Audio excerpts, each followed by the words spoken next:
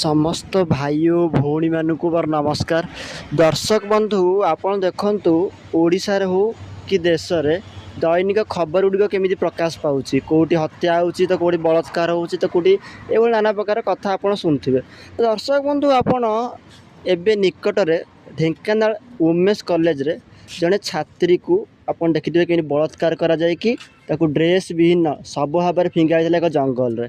तो दर्शक बंधु यही घटना पछर जदि आपण कारण जानवे तो कारण शुणिक आपण आश्चर्य होइजिवे।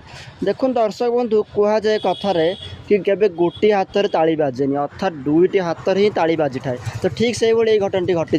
दर्शक बंधु मो कह कथाटा हूँ कि जो व्यक्ति ये झील को बलात्कार कले तो से व्यक्ति तो निश्चय भूल ए कौन सन्देह ना किंतु ये झील जनक भूल करदे। भूलटी कौन ना दर्शक बंधु कहुँ कि झीलटी निज संपर्क घर रही पाठ पढ़ापढ़ी करते।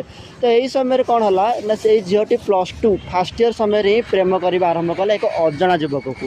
जितेबाला ये झील जनक अजाणा युवक को प्रेम कर आरंभ कला से परस्पर भितर प्रेम संपर्क होगापर से अजाणा युवक आपको प्लान रे बसीभूत करी माने प्रेम हल तो सैया हम आप जानते। तो बसीभूत करी कौन है ना से झील को ओयो रूम ने बाध्य करूला किंतु ये झील जनक मना करूँ रेप करी बलात्कार करी जंगल में फिंगी जाइए कथा कहुच्छी। तो दर्शक बंधु गोटे कथा ये आमको मन रखा हम कि साधारणतः आप देखो जो भाई जो रेप केस कि जो सब दुर्घटना घटुची ओडिशा कि देश में मैक्सिमम केस कौन हो ना आमर भी किसी भूल रोचे जो व्यक्ति दुर्घटना हो तार भी किसी भूल था।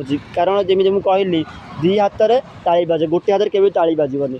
दर्शक बंधु थोड़े गोटे कथा मन रखा हम जब ये झील जनक अजाण युवक को प्रेम न करते तेबे यही घटना आज हो ना।